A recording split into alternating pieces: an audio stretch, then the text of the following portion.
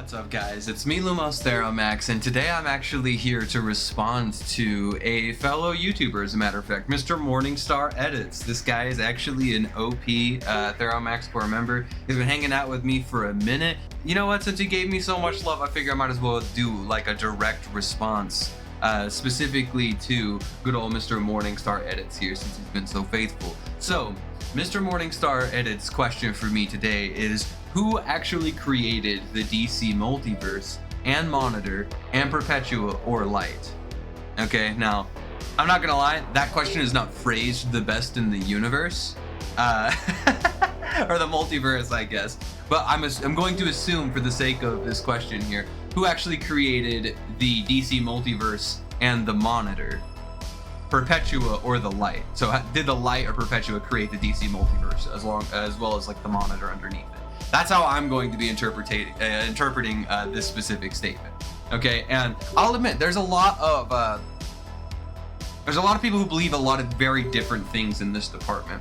And just so you guys know, obviously the imagery he posted here is clearly of like the 2018 run. I want to say it's the 20s, in the 20s range, of where Perpetua had created the multiverse, her son included.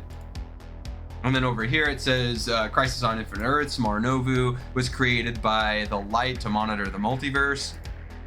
And of course we get the OG origins of everything in creation from the issue 4 or 5 of Incarnate, where we get like the renovated origins of everything that exists here.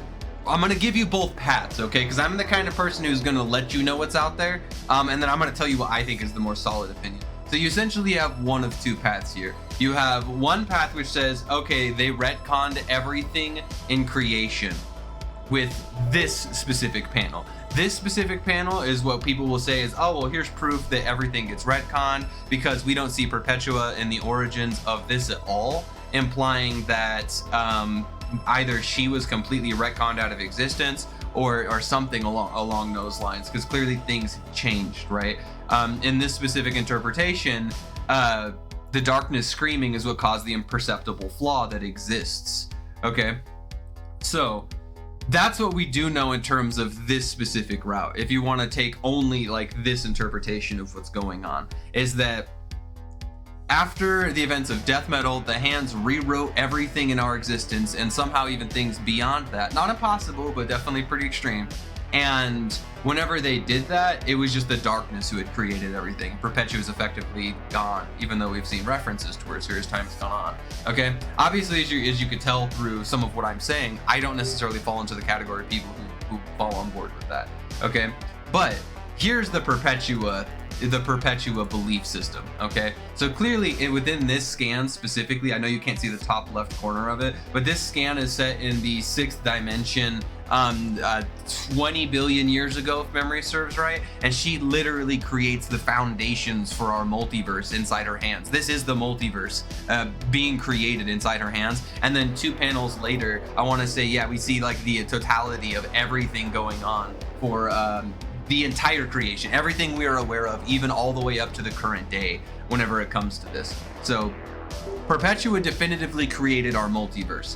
This is true. But here's where things get a little weird, all right? And I'll agree that this is a flaw with DC. Sometimes you've got to like piece things together, and that's not for everyone. I understand that. That is for me. I love connecting all the dots. I use this analogy a lot whenever I'm in my Discord. It's like constellations, okay? They give you all the stars, and you can connect them all to make images, but just because you can connect 2 dots or a variety of a bunch of dots doesn't mean you're going to make a picture that's actually like legitimate or visible in any shape, way, or form that matters. So the way I would look at it is you've got to connect those things. Now, Perpetua did create our multiverse, but there's some important things that happen as a result of it later on that are significant. So she created it out of this twisted energy known as crisis energies, being the more dominant energy when creating creation, and less of the connective energies that kind of multiverses are to be designed upon based on the words of the presence, or at least the source at the lowest caliber. And when she had done that, her children, these 3 goons, they basically rose up against her and were like, yo, you're doing some whack shit. And as a result, they summoned the Cosmic Raptor by contacting the judges of the source. And the Cosmic Raptor says, yo, this shit's fucked. I'm creating the source wall and I'm trapping Perpetua and all of her creations inside of it. And the only ones who were to survive were these three goons: Alpheus, Marnovu, Mobius, the World Forger Monitor, and Anti-Monitor. As a result of that, reality begins being reverted. And from this storyline specifically, it feels like it's implied the Cosmic Raptor was the one who started reverting creation once more. Now, this creation that's being reverted, essentially, this creation is still Perpetua's, but they essentially just struck out a ton of the negativity that Perpetua had infected our specific DC multiverse with, right? And the way this occurred, if you believe the writer of this specific story, Scott Snyder, the way it occurred was actually Lucifer, Michael, and the Presence, and I believe Gabriel as well, all were essentially memeing, like the original origins to Lucifer, Michael, and friends that we get in his original series are actually what occurs at this point in time. That's also occurring at the same time. So at the same time the Cosmic Raptor is banishing everything to do with Perpetua, the Presence is already setting up things elsewhere to have reality. The origin story. Presence is the source is the Presence. Where the Presence had created the multiverse. What if that was the origin after Perpetua? Like, after Perpetua was dethroned and the multiverse was recreated, what if that was when the events from early Lucifer happened? Well, that's part of the idea, is to say that, you know, she as a physical being that created it, that winds up diminishing all the mystery around it. So exactly like you're saying, she created kind of a singular, self-feeding, like, predatory universe, or multiverse, if you want to call it that she wanted to hide from her kind of beings, hands. And then once they found out about it and they, you know, restarted it in whatever way, whatever they used or whatever they called upon to restart it, to me that's elsewhere. To have reality genuinely be recreated via Lucifer and Michael. All right, so this new creation that was technically created by Lucifer and Michael is still built upon the foundations of Perpetua's creation from 10 billion years before that. Because there was a 10 billion year time span of Perpetua doing everything that she wanted inside her own multiverse. So the new reality, this next multiverse, is not inherently Perpetua's, because it was kind of rebooted by Lucifer, Presence, and Michael, but it still is very heavily associated with. And it's kind of like, hey, we didn't buy you a new car, we just kind of rebuilt that car with pieces from other cars. Right? Did Ford still create it? Yeah, but like Lucifer and Michael, the guys who kind of, and the Presence, the guys who kind of repurposed it back together, they're both creators to an extent, but how far exactly do you take that, I guess, is exactly what you want to target or what you want to discuss. And so Perpetua genuinely did create everything whenever it came to our multiverse. But here's where things get complicated, because it appears that these two stories don't inherently line up. Because if we scroll back to the very last one, oh, maybe not that one, the very last one here, in this specific origin story, originally the great darkness screams, and as a result, an imperceptible flaw appears across the light.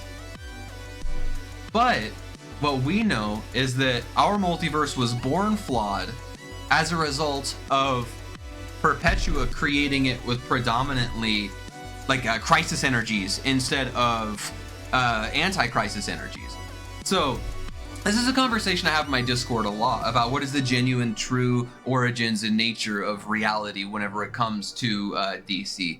I feel like a lot of DC's history has always been a mystery, and that's really intriguing to me. I really like that idea. We're never always given all the answers, and that's a positive thing in my mind, because like I said, I like connecting the dots. I like creating those constellations in ways that I think I can actually view something from them in an interpretable and meaningful way.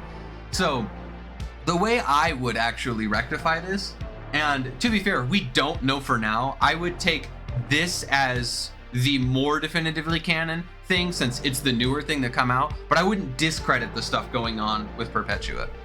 Here's how I would harmonize the two together. I think that when the Great Darkness screamed, the Great Darkness corrupted Perpetua into causing a crisis event. And we know that what she was doing had the ability to affect all of the light, something the Great Darkness actually was against.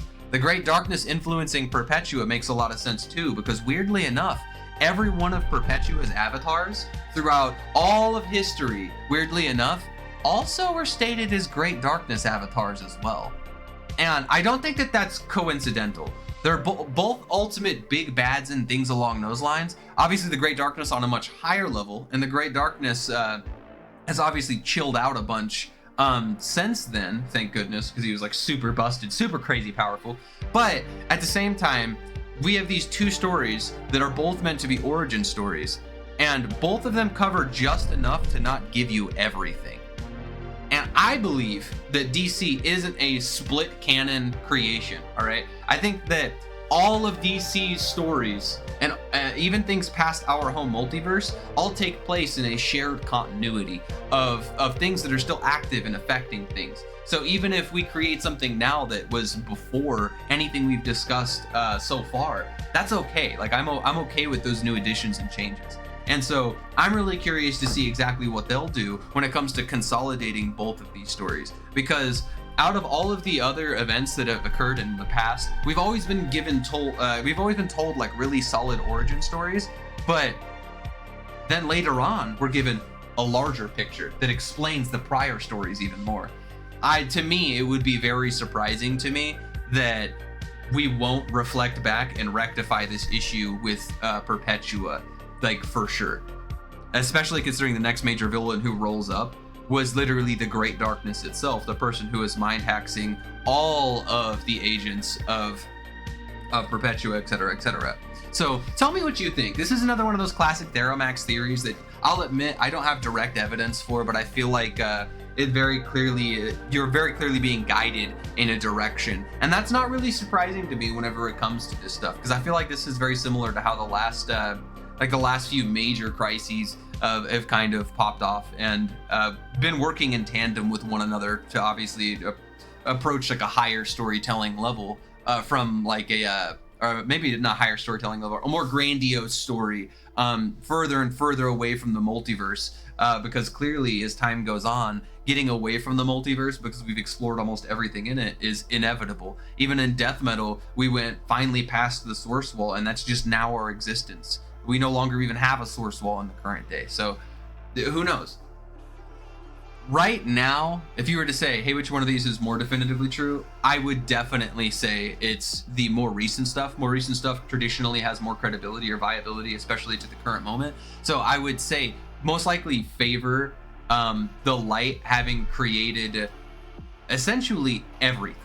And there is some level of credibility for that, because the light is something that in DC, everyone has a different opinion on. Some people believe the light is the source. Some people believe the light is the overvoid. Some people believe the light is the presence. Some people believe that the light is an extension of all three of those manifesting from one thing. To me, the light is the presence until we get more solid things past that. And I'm open to change on that. Like I'm completely open to change on that 100%. But the light is definitively what created everything. Well, what do you mean by that exactly? Well, regardless of how you look to it, the source is one of the most prominent figures throughout all of creation. And when I say creation, I mean the entire greater omniverse, everything in the overvoid essentially. And everyone looks to the source as, yo, that's some cracked shit. The source is the presence, or the presence is above the source based on the more recent content that I've seen. And either way you look at it, everything trickles back to the light, or the highest person on the totem pole, or at least one of the three facets of the biggest person on the totem pole. And we know that hands, including Perpetua, who originally created this multiverse, we know that hands essentially have gotten their powers and are created by the source, and they get their powers handed to them by the presence of the source. So if the presence is the one handing them the energy so they can create these multiverses, he still has a hand, no pun intended, in having created all of them, right? Not just our home DC multiverse, but every multiverse in the entire greater omniverse. So either way you look at it, although other people may have been involved, I think it's less of a question of which one did and how much did they. Because the power to have created that multiverse is the power of the light. But it was Perpetua who utilized that power to create it. So, chicken or the egg, I don't know. It's kind of up in the air. I both had a hand in doing it for sure, but it just kind of depends on where you want to sit. But that being said, this was just a quick response that definitely went way longer than I thought. We're rolling up on 15 minutes or so. And tell me what you'd like of content like this. If another content creator has a question for me or wants to know something, I'm always down to sit back and answer. I probably won't do too many to the same person, but hey, I mean, you never know. Every once in a while, I'll just pop off and do a quick quiz and answer kind of section like this, because I feel like I've covered these topics before on my channel, but if I haven't, I want to give a very clear and solid answer for that, because this is a very intriguing question, and I've talked to many DC scalers about it. And I have a conversation coming up with a DC writer here real soon, and I'm looking forward to maybe even asking him a question or two to see if he knows about these things, because it'll be a Green Lantern writer, and Godstorm John Stewart's still rolling around. Godstorm John Stewart should be getting involved in situations like this, so it wouldn't even be too crazy to ask for that specific content. But if you like this content, be sure to like and subscribe down low. I've got more content in the future. Sorry I've been so absent. I've been sick as hell, and life is really kicking my butt right now. But that being said, don't work too hard out there, Lanterns, and we'll catch you next time. Later.